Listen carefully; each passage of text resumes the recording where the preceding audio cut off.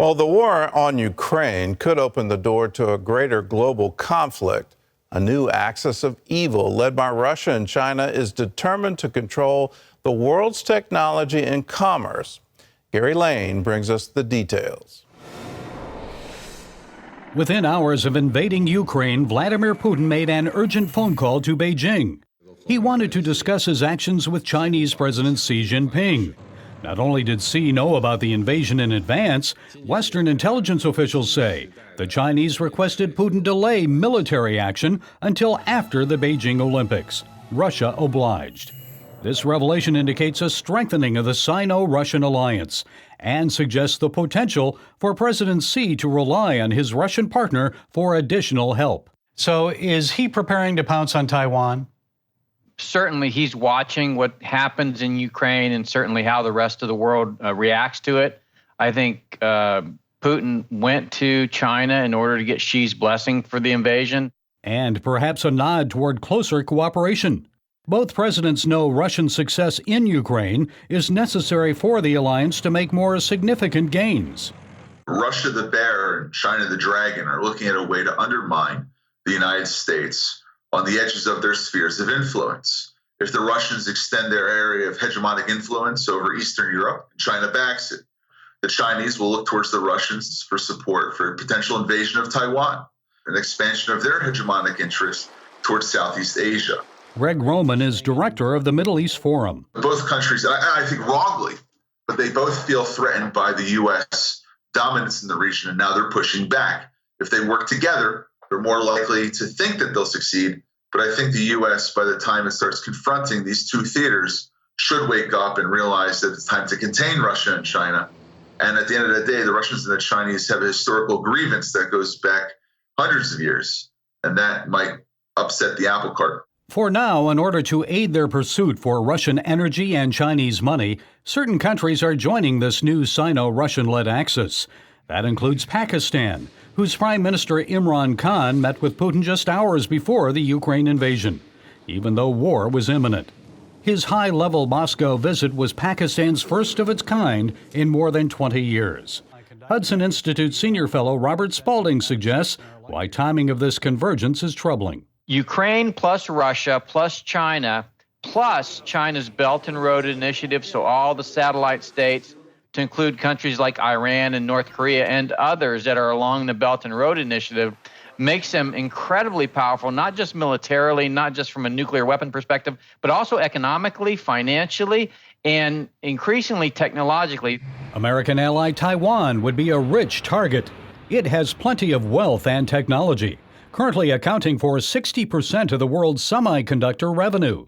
A coordinated military invasion of the island would give the members of this alliance dominance over the global microchip industry. That could prove devastating to the U.S. defense industry, which relies heavily on its allies' tech. Taiwan Semiconductor is the best chip manufacturer in the world today. It's no longer American companies. It is TSMC. Now, the good news is they've started to build a fab in Arizona.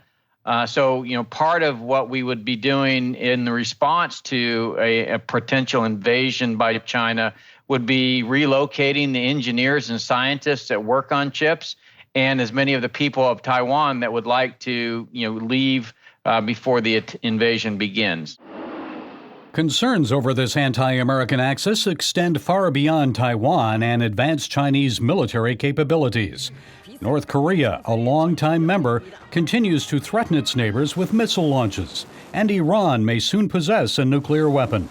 Technology experts also warn that China's advances in artificial intelligence already exceed those of the United States. It's really a fundamentally different world, and the tragedy of it all is that we help them build it. And we're not doing a lot to advance our own, are we? This has been growing.